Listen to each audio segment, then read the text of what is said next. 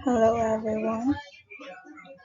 So I am Junaline ANONUEVO and I am from BSDC first year. So my topic is all about cybersecurity.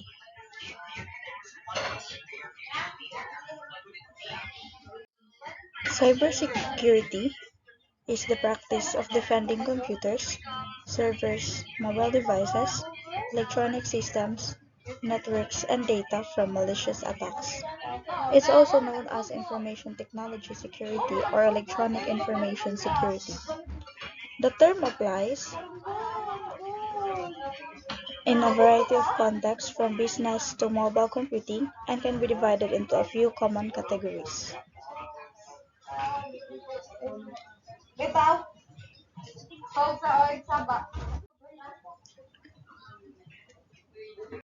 The importance of cybersecurity to students.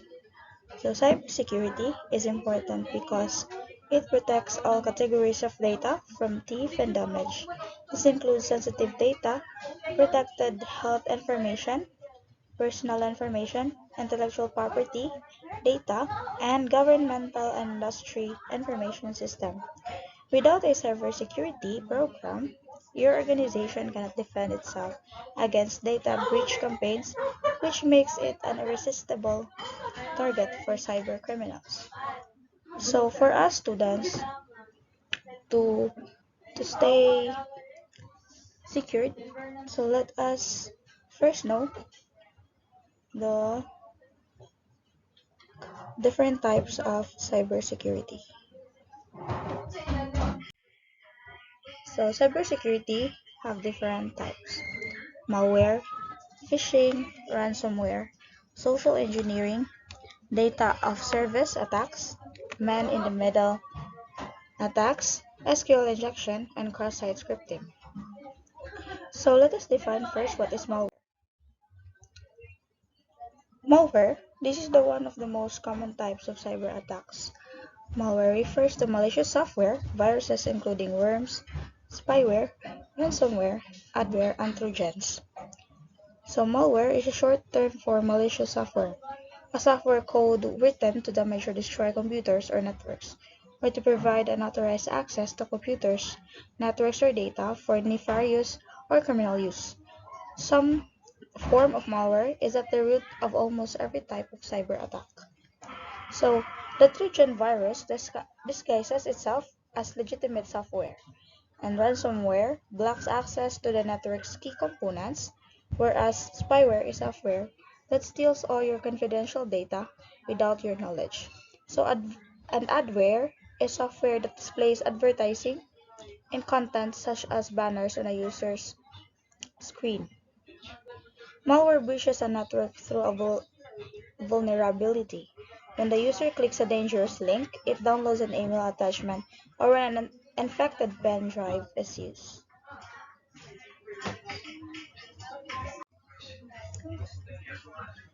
Next type of cyber attacks is phishing.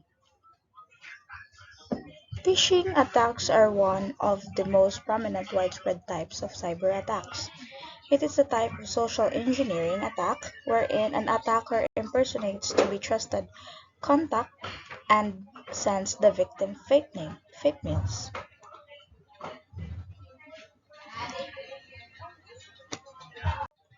So victims that are unaware of this opens the mail and clicks the malicious link or opens the mail's attachment. By doing so, attackers gain access to confidential information and account credentials. They can also install malware through a phishing attack. Next is ransomware. Ransomware is malicious software used by threat actors that aims to extort money from victims. This form of cyber aggression is one of the most prolific criminal businesses models in existence today. It encrypts the victim's data and advance payment and exchange. So, mura siya og kanang kuan kanang kidnap or ransom kung nag-involve og tao. ma-release ra something ang data in exchange of money. So, muna gitawag siya og ransomware. Next is social engineering. Social engineering is a manipulation technique that exploits human error to gain private information, access, or valuables. In cybercrime, these human hacking scams tend to lure unsuspecting users into exposing data, spreading malware infections, or giving access to restricted systems.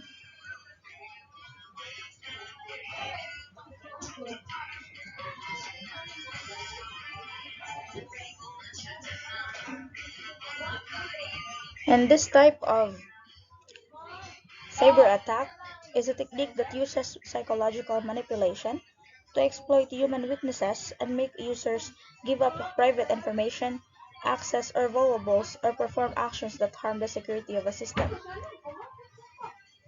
So this kind of attack rely on human error and powerful motivations, such as money, love, and fear, rather than on hacking computer systems or exploiting technical vulnerabilities.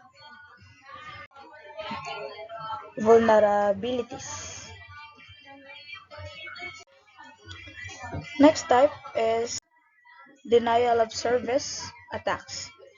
A denial of service attack is a type of cyber attack in which a malicious actor aims to render a computer or other devices unavailable to its intended users by interrupting the device's normal functioning.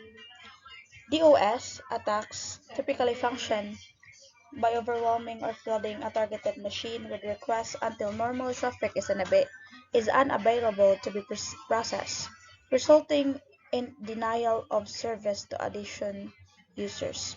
A DOS attack is characterized by using a single computer to launch the attack.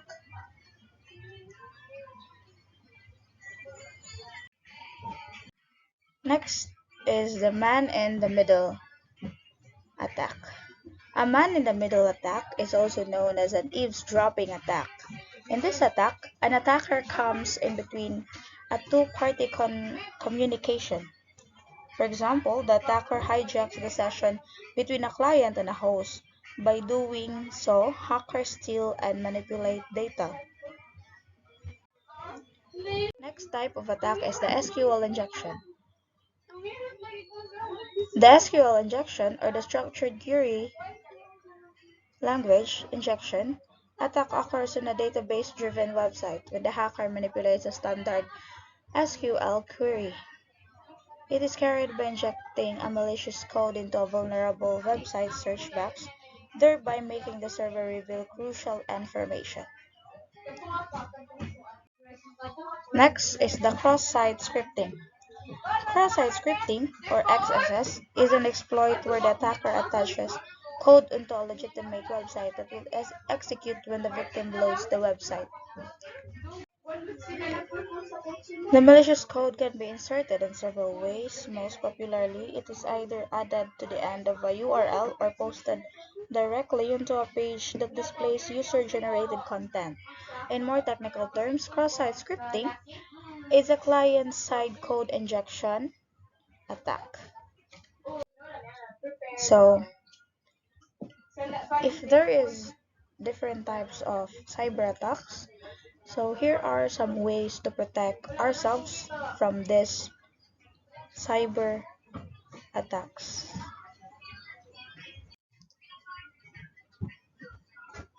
So ways to protect yourself from cyber attacks: encrypt the data. Encryption is essential for any online activity. Second, use strong password. So magamit ta og strong password nga dili dali-dali ma-access sa uban or dili dali-dali ma-leak sa uban. Then use antivirus. Antiviruses are the sole option when your framework has been defragmented. So murag nani siya yung mga applications to use para antivirus sa ato ang mga data. And then create firewall. The routing of your web traffic can be controlled. So mura siya nag-control siya, murag iya isif i-control ang mga data na mosulod kung maayo ba siya or dili sa ato ang devices. Then, update operating system. Updations enable you to remain a step ahead for your system security. So, need gyud na mag-update ta permi sa ato ang system when it is needed to be updated. Next is intrusion detection and installation. It will notify you when there is an attempt of breaching on your framework.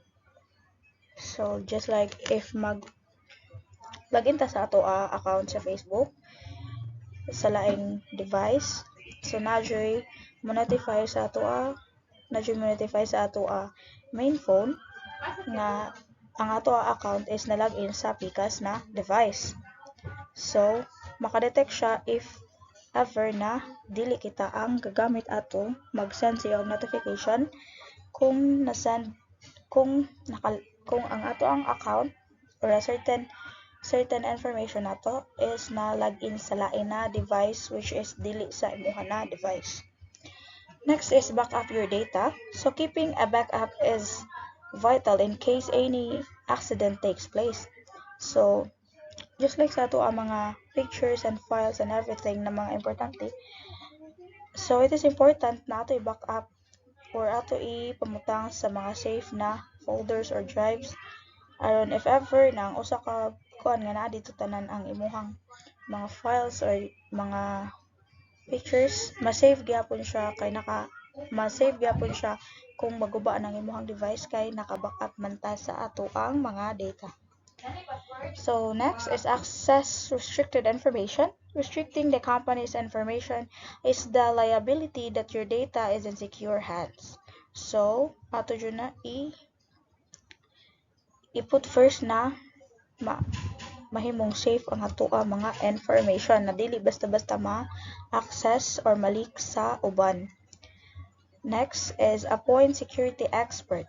For the maintenance of your security system, hire a security expert, your last available option. So in case of like mga emergency or accident nga ang ato mga data is na-steal or nakuha, so mas maayo na naatay lain tao nga knows nga kahibaw siya na mga pasikot-sikot kung gusto na ito pag-retrieve sa ato ang mga nawala na data or atong makip na secured ang ato ang mga nawala na information or data. So, next, password management. Password management is defined as a system that facilitates a simple, secure way to store passwords and access them quickly required. So, mas maayo kung ang ato ang mga applications or other mga kuan sa ato a device kay naay mga password para dali maabdi sa mga cyber criminals kung man lang gani nga in case mawala or naay accident na may tabo sa ato a device or sa ato ang mga information. So enable to have a safe, choose complex passwords, protecting yourself from cyber attacks. Complex password are the best way. So dili lang kay maghimuhimo tag mga 1 2 3 4 lang nga password. So kinahanglan nga ato ang password is complex and dili dali na masabtan sa lain. So be mindful of password storage. Secure passwords are essential for keeping yourself safe online. But having to remember so many can be challenging. So mag-mindset ta na kung unsay password nato sa isa, dili pud kay lahi-lahi ta sa kada data nato, mga information nato nga na-send sa ato ang mga device, dili lang ta ingon na maglahi-lahi o password para dili ta makalibog kay basi nagkabaylo-baylo na and such that. So regularly update your password should be complex and one of a kind. So this helps keep your data devices safe from cybercrime.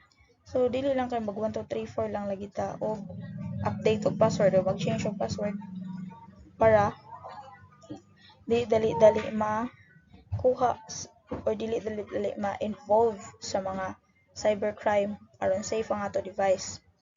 Next is two-factor authentication, or 2FA, is identity and access management security method that requires two forms of identification to access resources and data.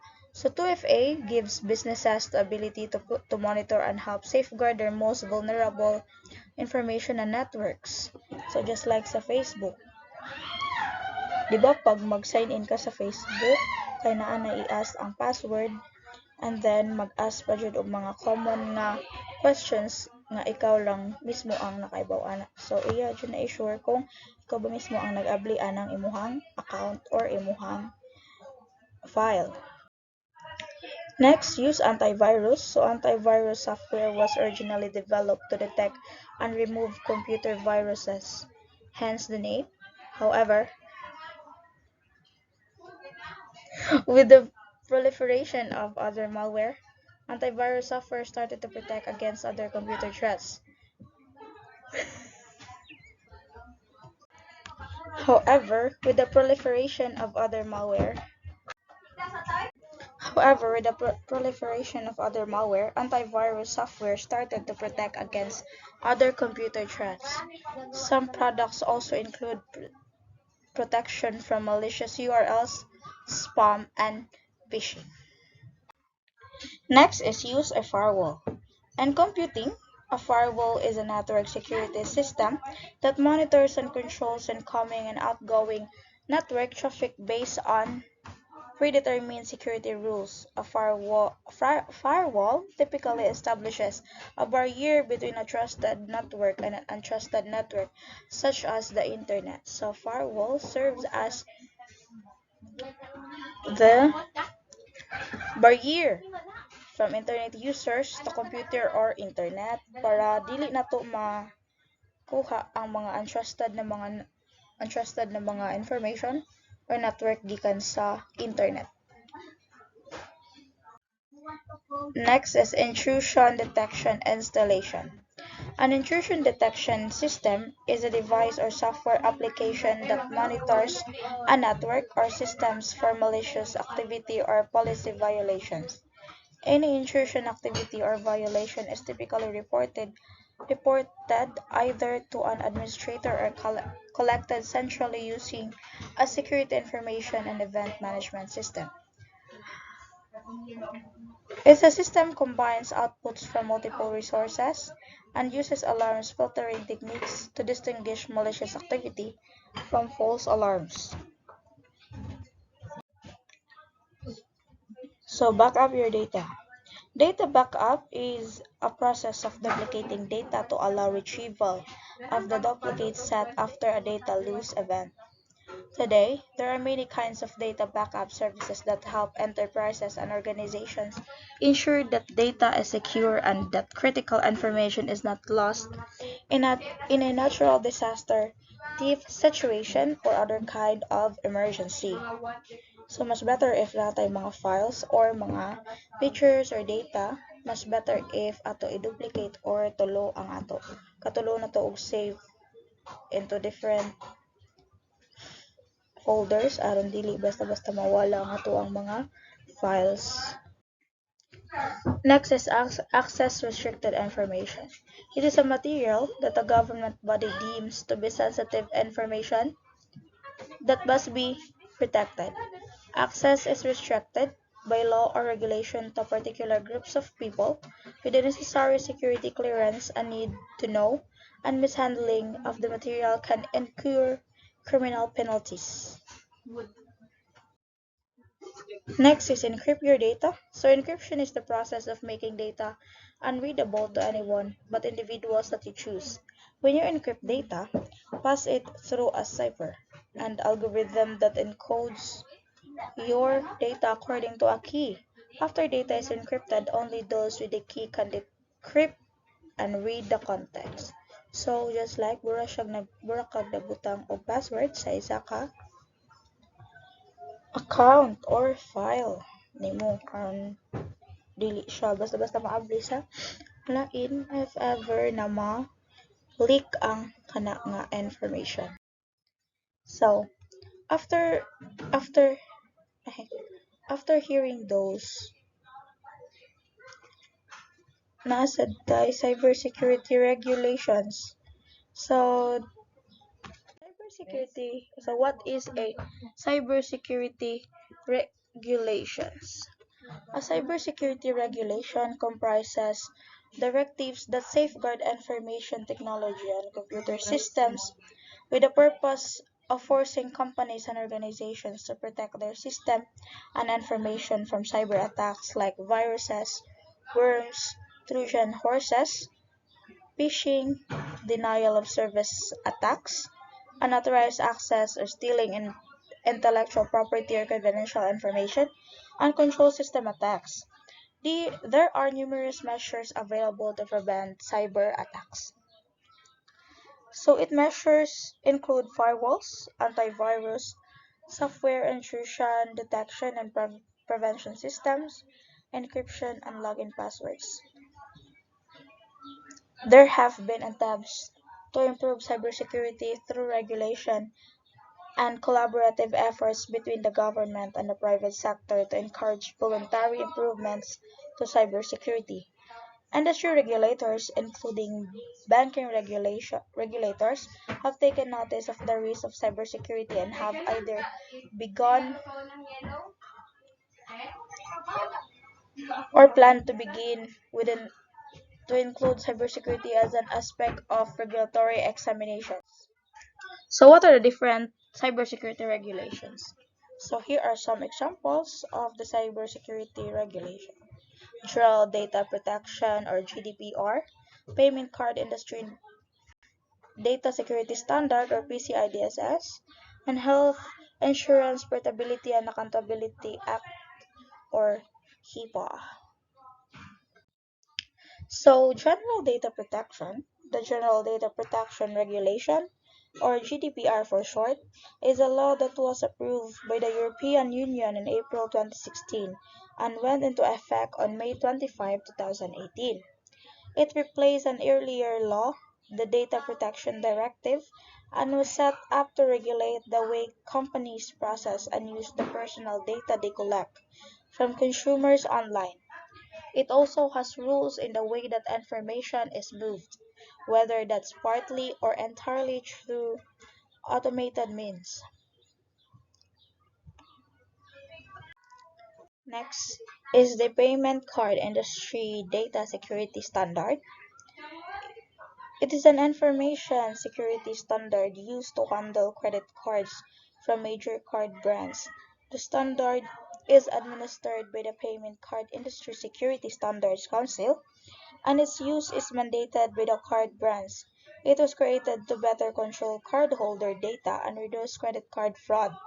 Validation of compliance is performed annually or quarterly with the methods suited to the volume of transactions. So, kani siya na regulation is about kanang sa mga ATM card holder or other card kalang bank na mga bank na mga ATM cards para dili basta-basta biktima sila og credit card fraud ang mga card holder. Next is Health Insurance Portability and Accountability Act or HIPAA. The Health Insurance Portability and Accountability Act of 1996 is a federal law that required the creation of national standards to protect sensitive patient health information from being disclosed without the patient's consent or knowledge. So, moto tanan ang ako ang topic about cyber security and how to handle and secure all our files and information. Keep safe from the cybercrime or cyber criminals. So recap the importance of cybersecurity. Our identities are increasingly online, from credit agencies to our workplaces and to the social media networks that we use every day. We are living online, so we should be responsible enough to handle all our data and information so that we are not be able to be victims of cyber criminals. The supply chains that keep us fed and clothed are all managed through information technology. So things that everyone should remember. Be in the know, so unit information, security leads, so cybersecurity resource at UCS. So be a human firewall. Be aware of phishing and scams. Use unique passwords for each account and apply patches and updates. Don't be the weakest link, be the strongest defense against cyber attacks. So let us protect our data. Let us not expect that anyone will protect it from us.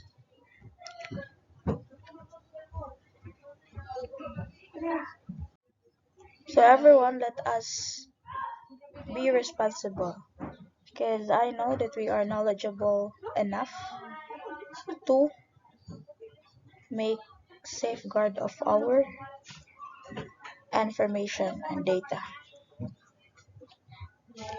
So don't rush. Bisan pagdali ta kung mag-open ta sa ato ang mga accounts or just like social media, and if maka-open ta sa lain, dili jud ta magdali sa pag unsa na mahitabo. So dapat ato jud na i-log off, ato jud na i-log out and i-remove sa kana na device ang ato account para dili malik ang ato mga information. Kay who knows? We shouldn't be trust anyone.